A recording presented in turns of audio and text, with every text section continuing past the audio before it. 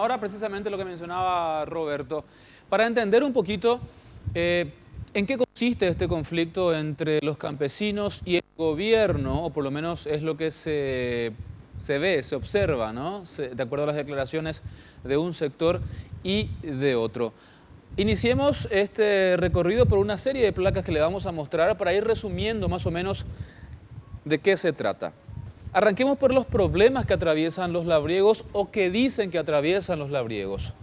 Primeramente, la pérdida de rubros como el algodón, el sésamo y la chía. Hablan de que las condiciones climáticas, la baja cotización de algunos de sus productos han derivado en esta problemática, la primera.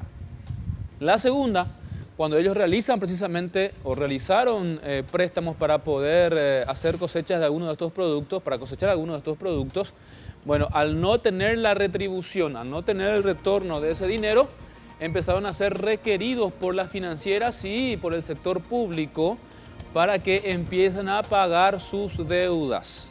Bueno, este es el problema que se plantea para los campesinos. A partir de esto, ¿qué es lo que ellos piden? Piden la condonación de deudas, dicen ellos, a 70.000 productores que se encuentran en esta situación. Lo segundo, un resarcimiento precisamente por las pérdidas de la producción que les hablaba anteriormente. Lo tercero, el fortalecimiento de la agricultura familiar. Y finalmente, la legalización de asentamientos campesinos. Había un pedido más también que tenía que ver con la derogación del IVA al acto cooperativo, pero sí tenía que ver más bien con una cuestión de apoyo más que nada a los cooperativistas. ¿Cuál es la propuesta de los labriegos? ¿Qué es lo que ellos proponen o qué le dicen al gobierno que debe de hacer? Presentan un proyecto de ley de condonación de deudas, en donde el gobierno pasa a convertirse en el acreedor para estas familias que no posean o que posean tierras que no excedan las 30 hectáreas.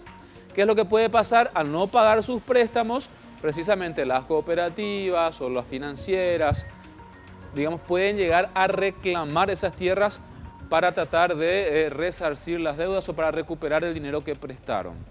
Y finalmente, que esta condonación incluya todos los saldos, el capital, intereses y los reajustes de los préstamos morosos e incluso los vigentes.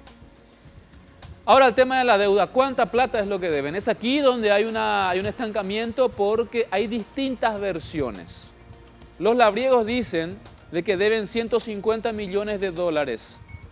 Ministerio de Agricultura y Ganadería, en principio dijo que era 500 el ministro de Agricultura Baruja, ahora dice que no, son aproximadamente 250 millones de dólares. El Congreso Nacional decía ayer de que la cifra alcanzaba 800 millones de dólares. Esto de acuerdo al presidente de la Comisión de Hacienda, Beto Ovelar. Según el Frente Guazú, decía que la deuda, o por lo menos debía de refinanciarse, lo que corresponde a una deuda cercana a los 100 millones de dólares. ¿Cuál es la propuesta finalmente del gobierno? La eliminación de los intereses acumulados y refinanciar el monto bruto, es decir, quitar los intereses. Esta refinanciación del monto bruto o del capital que ellos deben se hace a 10 años, pero con un interés del 10%, de alguna forma para reducir la carga en las cuotas y reducir también la deuda. Además, el gobierno ofrece el otorgamiento de otros créditos, de otros préstamos para que los campesinos, a la par que van pagando los créditos que todavía tienen pendientes, puedan continuar trabajando. Todas estas propuestas rechazadas, o esta propuesta en particular, la del gobierno, rechazada actualmente por el gobierno.